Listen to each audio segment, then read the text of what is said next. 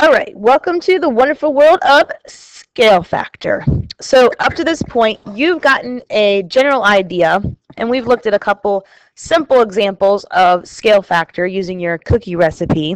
So we're going to apply that same idea here and go into a little bit more math about it. So scale factor before is just how many times bigger or how many times smaller something is. So, if you take a piece of paper on the copy machine and you blow it up so it's bigger, not actually make it explode. When I say blow it up, I mean enlarge it, make it look larger than it is, and end up on a larger piece of paper. That would be using scale factor. Or if you make a model car, that's a smaller version of an actual car. So anything like that you've ever done, and I'm sure you've probably got an example or two of your own, or that something that you've seen, is scale factor. Now, scale factor is really just a ratio. It's the ratio of the model dimensions to the actual dimensions. So it's going to depend on if you're starting with something small and making it bigger, that's going to be an enlargement. If you're taking something big and making it small, that's going to be what's called a reduction. So again, all it does is tells how many times bigger or how many times smaller the model is compared to the actual object. So if we have a scale factor that's larger than 1, meaning you multiply by a number bigger than 1, what's going to happen to your measurements? Are they going to get bigger or are they going to get smaller if you multiply by something larger than 1? Hopefully you just said they get bigger, which would be called an enlargement. That would be like the copy machine. Like if I put a piece of paper on the copy machine and try to make it bigger, that would be an enlargement. I might double the size or triple the size so you can see the print better. That's what we call an enlargement. Now if we have a scale factor between 0 and 1, like 1/2 or 0.5, or it could be 1/3 or 3/4, 0.75, it could be decimals or fractions, either one.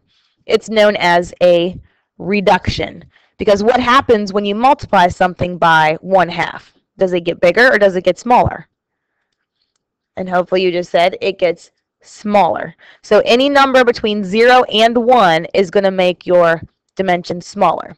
Now here's a really important idea. That's why it's enormous on your paper. To determine what the scale factor is, you have to have the same units. We can't be comparing feet and inches. We need to convert everything to inches or everything to feet. If we don't convert to the same units, we're going to get an inaccurate number. So that means you need to know some pretty basic common conversion. So here's what you need to do right now. Take a minute, pause me, and you need to fill in these 6 values. If there's 1 or 2 that you don't know, you have the power of the internet right at your hands. So go ahead and look it up. So take a minute or 2 to do that and then come back. Okay, take a quick gander at those. Make sure you have the same values. Let's try number 1 as an example. It says a model of a house has a scale of 2 inches to 3 feet. What that means is for every 2 inches on the model, that represents 3 feet on the actual. A scale value or a scale ratio is always given as the model dimensions to the actual. So I always remember my mom because I say Ma, model to actual. That's Ma Barker. All right, so if I know that for every 2 inches on the model, that's actually 3 feet on a real house, then they're asking what scale factor does this represent? So I want to know what fraction of the house is this model?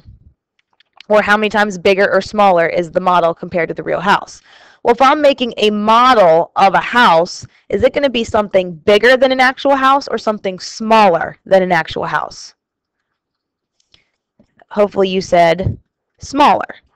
And if it's going to be smaller, that means I'm going to be talking about a reduction, which means my scale factor should be, what? Is it going to be bigger than 1 or is it going to be between 0 and 1? So look at these two. Reduction is between 0 and 1. So I'm expecting probably a fraction, less than 1. Okay? So I write the ratio of the model, remember your model goes on top, over the actual ma. So I put 2 inches over 3 feet.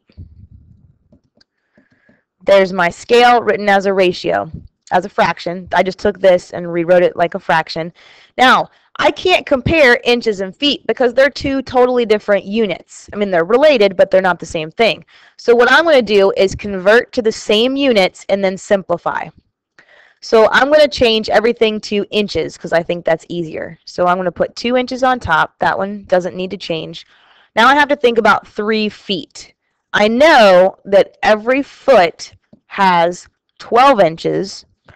So if I have 3 feet, if I multiply that by 12, that will tell me how many inches I have, which would be 6 inches. So that's going to be my bottom number because 36 inches is the exact same amount as 3 feet. It's just written in inches. Now, if you remember Mr. 1, Mr. 1, as long as he wears the same thing on the top as he does on the bottom, that makes Mr. 1. So when you look at your units, we have inches over inches. That is a Mr. 1, which means we can simplify that. That's a pretty crummy Mr. 1, but you get the idea. So that means I can cross these out. That means there are no units left, which is what I want, because I'm just talking about a ratio, a number. That's all I want to know. Then I take 2 over 36, and I just want to simplify that. So think about what number will divide evenly into both of those, if there is a number. And hopefully you said 2, so I divide by a Mr. 1 of 2 over 2, and I get 1 over, oops, there we go, 18. So that tells me my scale factor is 1 over 18. That's the answer I'm looking for, which means the model of the house is 1/18 the size of the real house. So if I measured the length of the real house and took 1/18 of that, that would be the length of the model house. If I took the height of the actual house and multiplied it by 1/18, that would give me the height of the model house. And same thing with the width. So every dimension is 1/18 the size of the real thing. And that's how you get scale factor. So really, it's all about understanding simple ratios and or fractions. Okay, next up, let's try this one, and then you're on your own. A giant Harry Potter poster, this was actually a real thing, by the way, was created from a picture and placed on the side of a building as an advertisement. So it's kind of like a billboard, but they just put it on the actual side of a building. The scale used was 50 meters to every 27 centimeters. So this was the model, and this was the actual. They started, the actual item they used was a picture, and then they made a really big billboard on the side of the building from that picture. So the model was actually bigger than the actual object, which was the picture. So if I'm going from a really small picture to a really big billboard, what would that be considered, an enlargement or a reduction? Hopefully you said enlargement, because I'm making a really big poster from a tiny picture. So if it's an enlargement, what kind of scale factor am I going to expect? You said if the scale factor is larger than 1, it's an enlargement. So that tells me I should expect a number bigger than 1 here. So let's first write our scale as a ratio. So we have, remember, model goes on top, 50 meters over 27 centimeters. That's the model, the big poster. The bottom is the picture that we started with, which is the actual. Now we have to convert to the same unit. So you can either go everything to centimeters or everything to meters. I think it's easier to go to centimeters. So that means the bottom stays the same, 27 centimeters. The top is the one that we need to convert. So you need to think about, and I'm going to let you do this on your own for just a second. If I have 50 meters, and knowing that every meter has 100 centimeters, you need to figure out how many centimeters will 50 meters be. So take a minute, pause me, and figure that out. Okay, so we have 50 meters. Every single one of those meters has 100 centimeters. That means we'd multiply 50 times 100, which will give us 5,000 centimeters. And then again, our Mr. 1 comes into play here with our units. It's going to be really weird looking Mr. 1. Oops. Okay, so centimeters cross out. We're left with 5,000 over 27. Now, 27 and 5,000 don't really have anything in common. So what I'm going to do is just divide by 27 over 27. I'm just going to get my, like a unit rate, basically, or a unit scale factor like we did before. And I'm going to get 1 on the bottom, and this is going to be about 185.2 rounded. So, and remember, it's okay for a ratio to have a decimal in it. So this says that my poster is 185.2 times bigger than the picture that we started with. So this is your scale factor right here in this case. So this is an approximate on this one, but that's okay.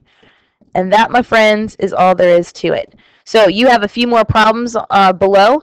You can go ahead and get started on those. So set up each problem just like this. I didn't leave this information in there for you, but you can fill it in on your own.